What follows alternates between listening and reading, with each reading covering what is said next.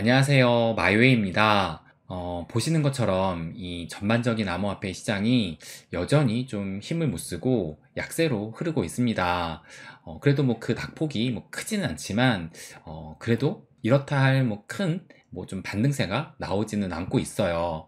그래서 요 차트 일봉을 좀 보시면, 그래도 이 일봉 기준으로 해서 어제도 이렇게 좀 양봉으로 마감을 하면서 이틀 연속으로 양봉 마감을 했는데, 그런데 보시는 것처럼 어제 이렇게 좀 윗꼬리가 위로 이렇게 좀 길게 달리면서 어떻게 보면 좀 올라가려고 하면 이 매도세가 좀 찍어 누르는 그런 모양을 좀 계속 보이고 있습니다. 그러면서 현재는 지금 약간 조금 음봉으로 지금 현재 27.1K 정도를 보이고 있는데, 그렇다면 이 다른 자산 시장은 또 어떠할까? 이것도 한번 좀 보여드릴게요. 그래서 지금 현재 이 미 증시를 보시게 되면, 어제의 이 미 증시도 보시는 것처럼 좀 약간 이 혼조세를 보이긴 했지만, 그래도 약간 좀 이 빅테크 위주로 해가지고 좀 밝은 이런 초록색이 좀 보이고, 그리고 요 금융주 쪽을 보시면 그래도 요 뱅크 이 지역은행 쪽은 나름 이 상승세가 뭐 3% 이상, 뭐 6%, 7%, 8% 정도 이런 상승도 나온 걸로 봐서 어느 정도의 이 은행 리스크는 좀 사그라드는 좀 그런 모양새를 보이고 있습니다. 그래서 전반적인 이 지수로 보시게 되면, 보시는 것처럼 다우존스, S&P 500, 나스닥 모두 이렇게 소폭이지만 상승으로 마감을 했다는 것을 알 수가 있고, 이 유럽 증시도 마찬가지로 주요국 대부분이 좀 상승 마감을 했다는 것을 알 수가 있어요. 그리고 이 공포지수도 뭐 17이니까 장기 평균값 대비해서는 여전히 좀 아래로 뭐 공포가 그렇게 크게 확산되고 있다는 것이 이 수치로도 보여지지 않고 있어요. 그렇다면 유독 지금 이 암호화폐 시장이 약세로 좀 흐르고 있다는 얘기인데, 그럼 왜 이렇게 이 암호화폐 시장만 좀 유독 약세로 흐르는 것일까? 그것을 좀 분석한 요 자료가 있어서 요것을 한번 좀 보여드리면, 크립토컨트에서 이번 비트코인 상승이 제한적일 수 있는 세 가지 이유 해가지고 이렇게 또 트윗을 올렸습니다. 그래서 여기 보시는 것처럼 이제 세 가지 그 이유를 들었는데, 그 첫 번째가 바로 여기 보시면 이 미국의 비트코인 보유량이 감소하고 있다라고 이렇게 얘기를 하고 있어요. 그러면서 이 자료를 첨부를 했는데, 이걸 보시면 이 검은색 선이 비트코인 가격을 나타내고 있고, 이 파란색 선이 이 미국의 비트코인 보유량을 나타내고 있는 겁니다. 그런데 최근에 이 흐름을 보시면 2022년, 그러니까 작년 그 약세장 그 이후로 이 미국의 비트코인 보유량도 함께 이렇게 좀 감소를 하고 있다는 것을 알 수가 있어요. 그런데 과거에 이런 상승장을 봤을 때 미국의 보유량 역시 이렇게 상승을 했다는 것을 알 수가 있습니다. 그러다 보니까 지금 이렇게 미국의 이 보유량이 줄어드는 이유를 어떻게 해석을 했냐면, SEC의 지속적인 크립토 시장 규제에 따른 영향 때문에 이 기관 투자자들 입장에서는 미국 기관 및 거래소보다는 글로벌 기관 및 거래소, 또 덱스, 그러니까는 탈중앙화 거래소, 개인 지갑 등으로 전환되었기 때문이다라고 이렇게 보고 있습니다. 그리고 또 두 번째 그 이유로는 지금 보시는 것처럼 스테이블 코인 총 공급량 감소라고 해가지고, 또 이 자료를 보시면 이 자료가 좀 약간 흐리긴 한데, 보시는 것처럼 2021년부터 2022년 연초까지 해가지고 이렇게 이 스테이블 코인의 공급량이 급격하게 증가하다가 작년 연초 이후로는 이렇게 또 스테이블 공급량이 줄어들었다는 것을 알 수가 있어요. 그러니까 이 스테이블 공급량을 보고 어느 정도의 이 암호화폐 시장에 매력을 갖고 있는지 간접적으로 좀 볼 수 있는 지표인데, 지금 늘어나기는커녕 이렇게 감소하고 있다는 얘기는 어떻게 보면 신규 유입이 없다라고 볼 수가 있는 거예요. 그리고 또 이 세 번째 이유로는 눈에 띄는 전송의 흔적이 없다라고 얘기를 하면서 또 마찬가지로 이 데이터를 보여주는데, 보시는 것처럼 이 토큰의 이동이 최근, 그러니까는 작년 11월 이후에 이 FTX 사태가 있은 그 이후부터 지금 현재까지 이렇게 이 눈에 띄는 전송이 없는 것이 사실이에요. 그런데 이때하고 비슷한 적이 언제냐면, 보시는 것처럼 2020년 이때가 이제 코로나 빔 때 이렇게 하락을 했던 건데, 그때와 지금 매우 비슷한 상황이라는 것을 알 수가 있습니다.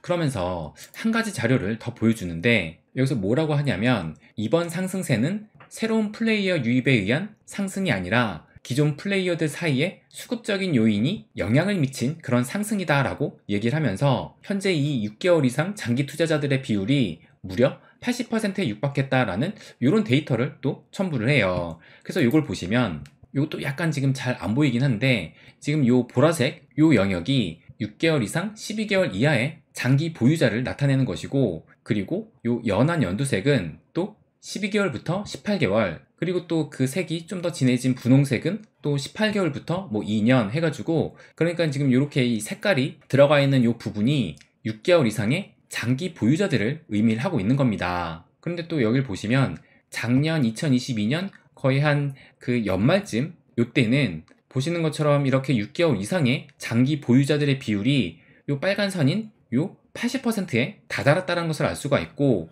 또 지금도 뭐 살짝 빠지긴 했지만 여전히 지금 거의 70% 이상의, 한마디로 고인물들이 이 암호화폐 시장에서 놀고 있다고 생각할 수가 있는 거예요. 그러니까 지금은 정말 이 신규 유입자는 전혀 없고 기존에 유입됐던 사람들만 이 시장에 남아있다라고 볼 수가 있는 겁니다. 그럼 과연 이것을 어떻게 해석해야 될까? 저는 이런 데이터를 보면 이걸 나름대로 또 해석을 해야 된다고 생각을 해요. 그래서 이것을 봤을 때, 아, 이 시장이 망했구나 라고 생각하는 게 아니라 여전히 아직은 때가 아니구나 라고 생각이 듭니다. 그러니까 한마디로 아직도 바닥권이라는 얘기예요. 이 스테이블 공급량만 봐도 여전히 이렇게 좀 감소 추세에 있고, 또 이 장기 보유자들이 급격히 이렇게 감소했을 이때가 보시는 것처럼 비트코인의 가격이 이런 상승을 보였을 때입니다. 그러니까 나중에 이 가격이 상승만 한다면 신규 유입자들이 이렇게 증가를 하면서 반대로 이 장기 보유자들은 감소를 하게 된다는 얘기입니다. 그러니까 결국에 또 이런 때는 오기는 올 거예요. 단지 지금 그때가 안 된 것 뿐입니다. 그러다 보니까 또 이 암호화폐 시장만은 좀 유독 더 약세로 흐르고 있는데, 또 일단 이 전반적인 자산 시장을 볼 때도 당장에 또 호재거리는 없어요. 거기에다 또 계속 요즘에 말씀드리는 것 중에 하나가 이 부채한도 협상 문제인데, 그런데 지금 당장의 호재거리는 없고 오히려 이런 곳이 지금 발목을 잡고 있는데, 그런데 반대로 조만간 요것이 호재가 될 수도 있겠다라는 그런 생각이 또 들었어요. 왜 그러냐면 원래 지난주 금요일에 이 바이든과 이 야당 대표인 메카시가 이 부채 한도 협상을 두고 만나기로 했었는데, 결국 지난주 금요일에 못 만나고 16일 오늘 만나게 됩니다. 그런데 지금 여기 보시는 것처럼 이 바이든 대통령이 이 G7 정상회의 때문에 내일 밤에 일본으로 떠나야 돼요. 그래서 이걸 보시면 바이든이 히로시마 G7 정상회의 참석차 18일날 방일을 한다라는 이런 기사가 나왔습니다. 그러니까 일본 시간으로 18일 방일이니까 이 시차 때문에 미국에서는 17일 내일 출발을 해야 됩니다. 그러니까 이 바이든이 이 메카시를 만나서 협상을 할 수 있는 시간은 오늘 하루밖에 안 남았다라는 거예요. 그래서 이것을 두고 지금 바이든은 낙관적으로 보고 있다라고 얘기를 하는데, 이 메카시는 약간 좀 멀리 떨어져 있다라고 하면서 어떻게 보면 서로의 이런 온도 차이를 보이기는 했습니다. 그래서 이 야당 쪽에서 과연 이 대통령이 지금 해외로 떠난다고 해가지고 얼마나 형편을 봐줄지는 모르겠지만, 그래도 이 내일 바이든이 일본으로 떠나게 되면 일본뿐만 아니라 이 오세아니아, 이 호주 쪽도 같이 방문하기 때문에 사실상 협상한 시간이 돌아와서는 크게 남질 않았습니다. 그러다 보니까 지금 이 옐런 재무장관이 이르면 6월 1일 미국의 디폴트 가능성이 커진다라고 재차 경고의 목소리를 내면서 보시는 것처럼 지금 바이든과 메카시 재회동을 하루 앞두고 재차 압박하는 모습을 보이고 있는 거예요.